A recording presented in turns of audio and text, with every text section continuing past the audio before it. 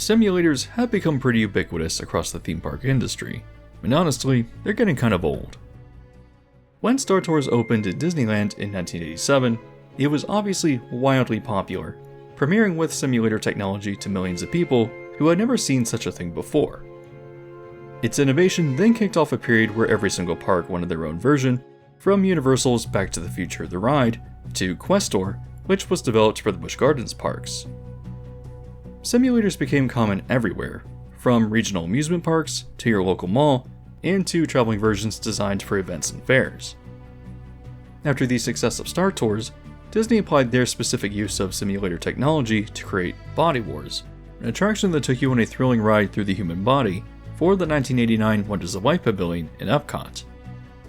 There's probably a good chance that you watched my video where I covered the pavilion, but it was people who commented on that video that inspired this one.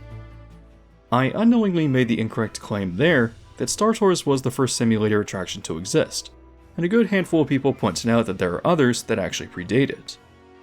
In fact, as far as I can find, the first ride that might be considered a simulator was known as A Trip to the Moon. Designed for the Pan American Exposition of 1901, the attraction boarded riders on a suspended airship that would simulate flight by swaying and using fans to create the illusion. As it progressed, a spinning mechanism under the ship would cycle through painted canvases as they flew over Niagara Falls, then North America, and finally landed on the moon. Once riders exited, they stepped into lunar caverns to explore what might be one of the most terrifying themed experiences ever built, as they interacted with live actors playing the Moon People, also known as the Selenites. Later, with the opening of Disneyland in 1955, Tomorrowland premiered its own innovative simulator with Rocket to the Moon, where guests sat down in a circular theater designed to evoke the idea that they were in a rocket. Looking down at a film projected into the center screen, they would watch as they took off and traveled to the moon. Magic Kingdom also had a near-identical experience with the renamed Flight to the Moon, and by 1975, both attractions were rethemed into Mission to Mars. Still, these attractions were not the thrilling motion simulators we know today, and it's interesting to see that pre-Star Tours, there were, well, terrifying predecessor attractions that stuck you inside an enclosed rocket ship and exposed you to this. Starboard engine is out, sir.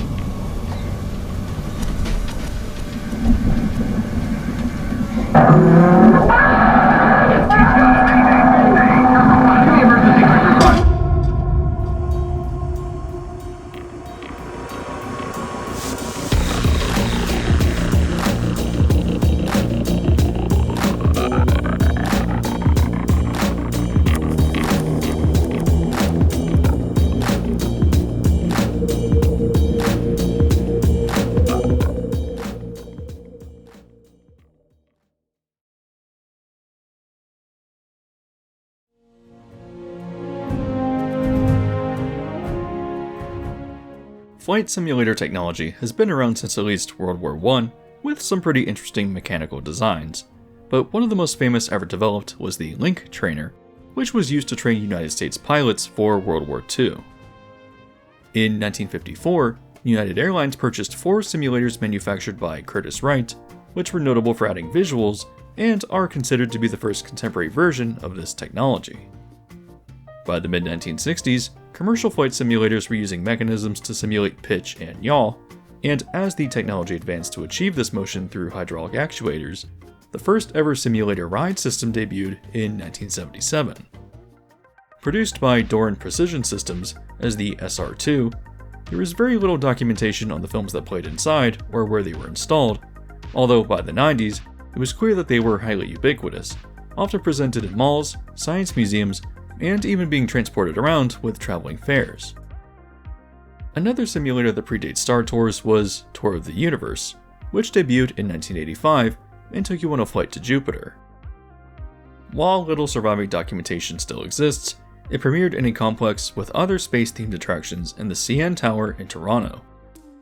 Still, there's one last notable predecessor to Star Tours, and that would be the 1981 premiere of the Astroliner. Produced by Wisdom Manufacturing, what made these notable, other than their rocket ship exterior, was that, as a simulator, they instead took the approach of using a rig to lift the vehicle up and down while also rolling it side to side to simulate movement rather than opting for hydraulic actuators. Using a Super 8 film inside to project the media, the ride operator would control the motion, and while it had less movement than the SR2s, the distinct rocket shape allowed them to stand out. While the Astroliners were sometimes installed in parks like Six Flags Great Adventure or Pennsylvania's Dutch Wonderland, they were otherwise mostly an element of traveling fairs. Originally, it appears that the rockets could play 3 different films, which were developed for extremely cheap using models by a lone stop-motion animator, John Davis. The first film that could play was known as Astroliner Moonbase, and first started off with a voiceover from the fictional Captain Johnson, who announces that they're preparing your flight for Moonbase Omega. Launching from the space station, you pass by the Earth, make your way to the Moon, and Johnson announces that you're passing by a Federation freighter. Suddenly switching to a different ship camera, the screen in front of you shows enemy fighters firing on the freighter and blowing it up, and you're then suddenly sucked into the middle of a dogfight. This concept, including the way it was executed practically, could not be any more obviously inspired by Star Wars. In the middle of the fight, you're then reinforced by Federation fighters, and diverting course, you then make your way to the Earth, entering the atmosphere and slowing down for the landing. This ends the brief 3-minute experience, but considering the more basic ride system of the Astroliner and the notably cheap budget of the film, I'm actually really impressed by how well this turned out. The second film that came with the ride was known as the Grand Canyon, where starting off, you emerge from the clouds. The name of the film obviously indicates that you'll be flying and banking through the Grand Canyon, which was achieved through a special camera rig that was mounted to a helicopter to get the footage. There's no story here, but the 3-minute experience seems interesting enough, especially for a ride that was so novel for its time. The final film was known as Alpha Centauri, and you're once again introduced to Captain Johnson, who begins your flight exactly as the first film did by recycling the footage. After viewing the freighter again, which is called the Astroliner for this version, you're alerted to an incoming asteroid threat. Another voice then chimes in, which sounds very much like Mark Hamill's Luke Skywalker. Captain, the meteoroids are pulling us into hyperspace! You then experience a special effects sequence where you fly through flashing lights, and eventually past nebula and galaxies. Coming out of hyperspace, you're warned of a planetary collision, and deploying the thrusters, your ship flies towards the ground, and to my surprise, actually crashes, ending the experience. All 3 films for the Astroliner were interesting in their own ways, and considering the lack of budget, I'm really impressed by their technical capability. It's not clear to me whether operators had access to all 3 films or otherwise had to choose just one, but as the simulators aged, they could be updated with new media, which is where things get, well, a lot scarier.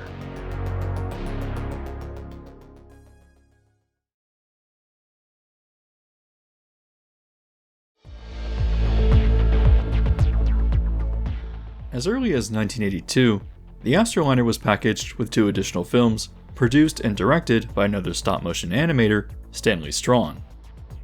Taking a more horrific direction, the first of these films was known as Monster Planet, and started with a launch into space.